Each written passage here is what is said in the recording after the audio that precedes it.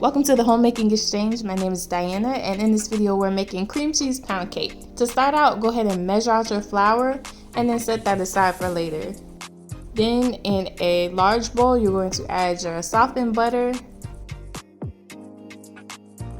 Make sure to scrape down each package so that you get all of the butter off. And then add softened cream cheese. Scrape that down as well to get it all in there. Add salt, and then you will mix that on medium speed for 5 minutes. I'm using a stand mixer with the paddle attachment, but you could also use a handheld electric mixer if you prefer. Once that's done, it should be smooth and be a little bit fluffier than when you started. You're going to use a rubber spatula to scrape down your bowl. You're going to scrape down the bowl frequently during this process to make sure that everything is getting incorporated.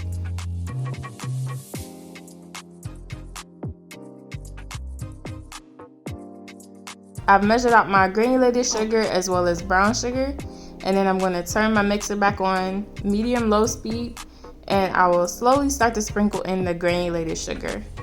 You want to sprinkle in a little bit at a time so that it can incorporate into the mixture better.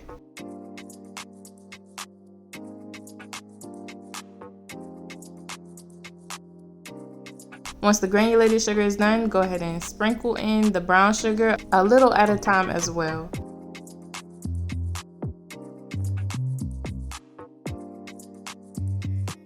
Once you get all the sugar in, turn the mixer up to medium speed and let it go for 5 more minutes.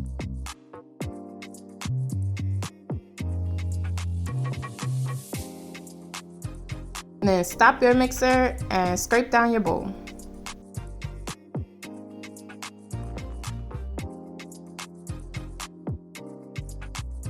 Next, you're going to add your eggs. Turn the mixer on low speed and add the eggs one at a time. Drop one in and let the yellow yolk disappear before you add the next one. So it's just a few seconds in between dropping the eggs.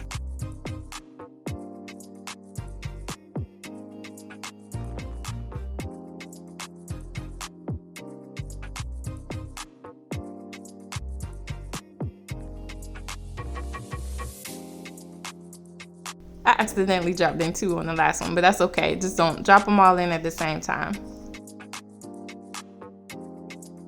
Then go ahead and turn off the mixer as soon as your eggs are incorporated. Grab the flour that you measured out previously and whisk it to incorporate some air. This is a way to get air in there without having to sift the flour. Turn your mixer on low speed so that the flour doesn't go everywhere, and you're going to add this in 3 parts. Add the first part and let it incorporate. It doesn't have to be completely incorporated, but just mostly incorporated. Then add the next part. Let that incorporate. If you hear sounds in the background, that is our newborn. He's making some noises. And once that's incorporated, add the last part of flour. Let it go until it's mostly incorporated. There will still be some on the edges, but you don't want to overmix it. So go ahead and stop the mixer once it's mostly incorporated, and then scrape down your bowl.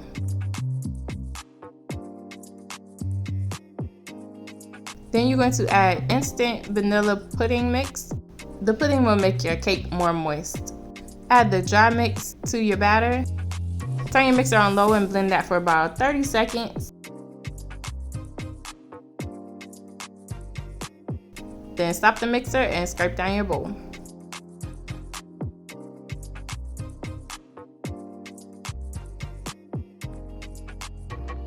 Add vanilla extract. And I have also measured out some lemon juice. Make sure there's no seeds or anything in there. And go ahead and turn your mixer on low speed. And as it's going, slowly drizzle in the lemon juice.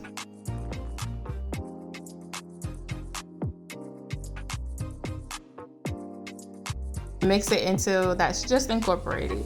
Then what I like to do here is just bump it up to medium speed for just like 5 or 10 more seconds to bring everything together. Then go ahead and turn that mixer off so that you don't overmix your batter. Those are all of the ingredients, so you can go ahead and scrape down your paddle and remove your bowl from the stand, and then you're gonna scrape down everything from the side of the bowl. And then I like to just give this a couple of turns by hand, making sure I'm scraping the bottom of the bowl just in case there was any flour down there that the mixer couldn't reach. I'm just gonna stir that by hand just a couple rotations, and then I'm gonna leave it alone so I don't overmix it. The batter is gonna be smooth and thick at this point. Now it's time to prepare the pan. I have a large 15-cup bundt pan. You don't want to use a small bundt pan for this because your cake will overflow into the oven. To prepare this, I'm using a baking spray. Don't use a non-stick cooking spray. You want to use a baking spray, which also contains flour in there. If you don't have baking spray, you can do the old-fashioned way by buttering and flouring your pan. Make sure to spray the center part as well so nothing sticks. Once your pan is ready, add all of your batter to your bundt pan. I just use my rubber spatula to get it out of the bowl and into the pan.